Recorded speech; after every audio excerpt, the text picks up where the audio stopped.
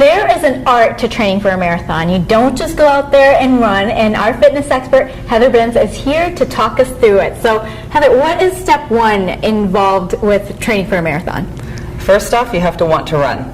Oh, you got me there. Yeah, you have to want to run to begin with. And then I would say right after that, you have to go and find someone that can guide you, because there is a technique to it for sure. I mean, so do you just go out there and like see how far you can run and call it a day, or and just each day keep getting farther and farther? What's you can, but that will not work. Okay. So how would you guide a beginner like me through marathon training? Well, first off, we go into a lot of topics such as nutrition, hydration, the type of running shoes you need to wear, the type of clothing you need to wear. So my holy ones probably won't work, huh? Definitely not. Okay. You're definitely going to want to get a new pair. And then also we talk about the progression of increasing mileage step by step throughout the entire training program. Like I said, you just can't go out there and run. You have to progress slowly, otherwise you're going to injure yourself and you're going to cause a lot of problems.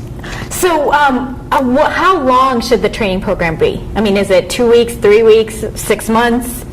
No, most commonly marathon programs are anywhere between 16 and 22, 23 weeks based on how long you want to train, if you're a beginner, if you're advanced, and the amount of time you want to put into it each week. I mean, if you're a real beginner, I mean, could it take a year, or is it just too, is that too long? 16 weeks, 22 weeks, somewhere in there. Okay. Yeah. You mentioned things like food. I mean, what do you have to do to make sure your nutrition is where it should be?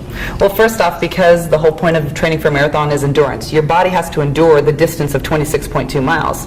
So you're not going to be able to just eat breakfast and then run 26.2 miles and feel good at the end of the finish line. So you have to learn how to properly include nutrition throughout the course to sustain and give yourself the energy to maintain.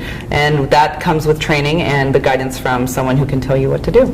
And does it also change? So are you eating different things in week one that you would be right before the marathon? It's not necessarily that you're eating different things, but you need to find the kind of fuel and nutrition that's going to work with your body, because everyone's body reacts differently to different kinds of things. So throughout training, you have to test the different kinds of goos, gels, electrolytes, whatever it may be, to see what works for you. Well, I've never, done anything like that, don't know anything about it. So, I mean, do you have to invest in things like electrolytes and whatever gels and things you were talking about? What are those? You do, and you can, or you can go a more natural route. Nowadays, a lot of people are going more natural, where they create their own and they're making their own. The whole point of it, the nutrition side, is having enough energy and fuel in your body to sustain the duration of the marathon and of all the training. So your coach would advise you on that. What is a gel and a goo? I don't even know what you're talking about. Basically, they're little packets made by a bunch of different companies that you tear open while you're running, you squeeze it into your mouth, and there's a whole bunch of ingredients in it to give you the energy and the fuel to maintain. Now, what about like cramps and stuff? Because that's one of the things that I would fear, that like halfway through you have this huge cramp and you can't go on. Yeah, the cramps do happen, and the whole point of training and practicing on how to have proper running form, in addition to making sure you're drinking enough electrolytes, getting enough sodium in your body, and enough hydration so you can prevent the cramps from happening. I mean, so do you always have to make sure you're drinking Gatorade, or can you get it naturally? You can get it naturally, and for example, I like to drink water and take an electrolyte tab versus all the electrolyte drinks that have a lot of sugar in it myself. Okay. What are some of the things that people don't think about when they're training for a marathon? They're like, okay, I got my food, I got my running, all of that. What are things that they don't even think about? Probably the cross training. Not only do you have to run, but you have to work on flexibility, stretching, and working on with a foam roller, self-myofascial release, and also strength training. You need to strengthen some of the muscles that you're going to be using as you run those distances. And I mean, what about places where the weather is terrible? You're in Seattle, it's raining every day. Do you still go out there? You do. You just have to have the proper running attire when you're out running in the snow, the rain, or even the heat, wherever it may be.